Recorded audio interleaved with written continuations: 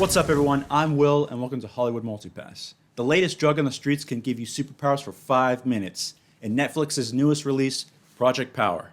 If there was a pill Hungry for that money, I'm coming to devour. that could give you 5 minutes Spit it so they get it. I'm embedded with the power.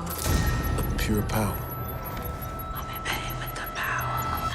would you take it?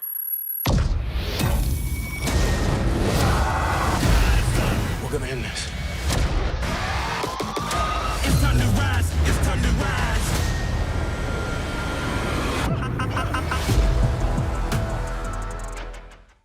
So when I saw the trailer for this movie last month, I was pretty excited.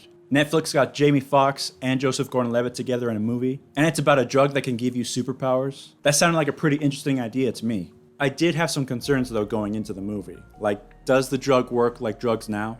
Can you overdose from them, and does it take a while for them to go into effect? Also, can Netflix pull this movie off? Because they have a lot of great ideas for movies, but they just can't execute them well. After seeing the movie just last night, I guess I can answer the question, does Netflix pull this off? And the answer is almost. They almost get it. This is a lot closer than their previous movies that I've seen, but it's not quite there.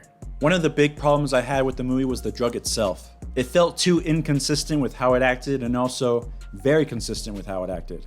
Let me explain. So if you take the drug, there's a good chance that you could just die from it. You won't get anything cool out of it. So the whole risk versus reward thing was kind of like, I mean, I would love to have superpowers, but if there's a good chance I'll die from it, I don't think it's worth it. Another problem I had was the time limit for the pill. You get 5 minutes to use your superpowers and that's it. But how does the pill only work for 5 minutes and exactly 5 minutes each time for every single person? Everyone's different, so I don't know how that's not different for different people. Does that make sense? A lot of people use drugs, but it's not always fast acting. So why is it always immediate for your powers, and why does it only last 5 minutes? They don't really explain that, so it kind of bugged me, but I let it go because I was enjoying myself. But that's another aspect. The whole pill thing didn't really work for me. It was too inconsistent here and too consistent there.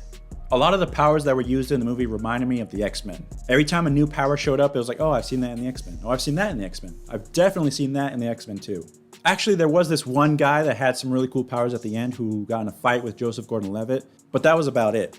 I won't spoil what he had, but it was one of those powers where I was like, whoa, I don't think I've ever seen that sort of power before. I don't know how useful it would be outside of that particular situation, but I thought it was pretty cool. The main cast did a fantastic job all around. I know Jamie Foxx and Joseph Gordon-Levitt are the big stars for the film, but I was very impressed with relative newcomer Dominique Fishback. She plays the character Robin, the street-smart drug dealer who's just trying to make ends meet. For me, she was the true hero of the story. She's smart, she's brave, she's resourceful, she's caring, she's compassionate, she's understanding, and she's doing her very best to take care of her sick mama. And she's all of these things with no powers whatsoever. Unlike Jamie Foxx, who has powers in his back pocket, dangerous to use, but he has it, and Joseph Gordon-Levitt has something that's really helpful too. Robin doesn't have that to fall back on. So to me, that's even more impressive. She's a strong female character done right, which is what I want more of in Hollywood. Not just some strong woman who is super strong, has no weaknesses, and is amazing at everything. Looking at you, Ray. Being perfect at everything and never failing is not interesting to me. What makes any character great is their vulnerability and their flaws. It's what helps you as an audience member relate to them and feel sympathetic towards them. Robin has those flaws and weaknesses, and it makes her strengths shine brighter. I loved Dominique Fishback's performance in this movie, and I can't wait to see her in more projects. Jamie Foxx puts in a good performance for the movie. Early on, Robin says that they're just like Batman and Robin. And Jamie Foxx definitely gives off that kind of vibe. He's trained, he's calculated, he's capable, and he has that determined drive to accomplish his goal. Just like Batman. I'm really happy to see Joseph Gordon-Levitt back in movies again. It feels like he disappeared for a while. He gives his usual best, and his dynamic with both Jamie Foxx and Dominique Fishback was really enjoyable to watch. All three characters are flawed in some way. They're not perfect, and they do have some shady aspect to them, and I like that. They're not bad people or anything, they're just, human. We all make mistakes and have parts of our past or lives currently that we aren't particularly proud of, or we may feel embarrassed about. These three actors carry most of the movie, and because they do such a great job, most of the flaws that I saw in the movie felt minor to me. I let a few things go because I was having a good time watching the movie, and these characters were really compelling for me. They definitely could have done things a lot better. Personally, I would have went with a different ending with everything they set up. I think a darker ending would have been a lot more interesting, but that's just me. That's not to say that the ending that they went with is bad. I didn't hate it. I just saw potential for something more captivating. Project Power is probably my favorite Netflix movie, which isn't saying much, unfortunately. It is a lot better than what I'm used to seeing from Netflix, so I will give them that. Project Power has a lot of bright spots. There are a few sparks in here of great potential that the movie doesn't quite reach, but it's close enough. But there are parts of the movie that'll make you go, wait, what? How'd they do that? How'd they pull that off?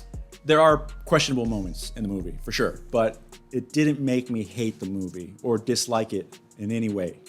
Overall, Project Power is a great display of the actors who star in it and an enjoyable and fun movie experience, with some action, light comedy, and a lot of heart.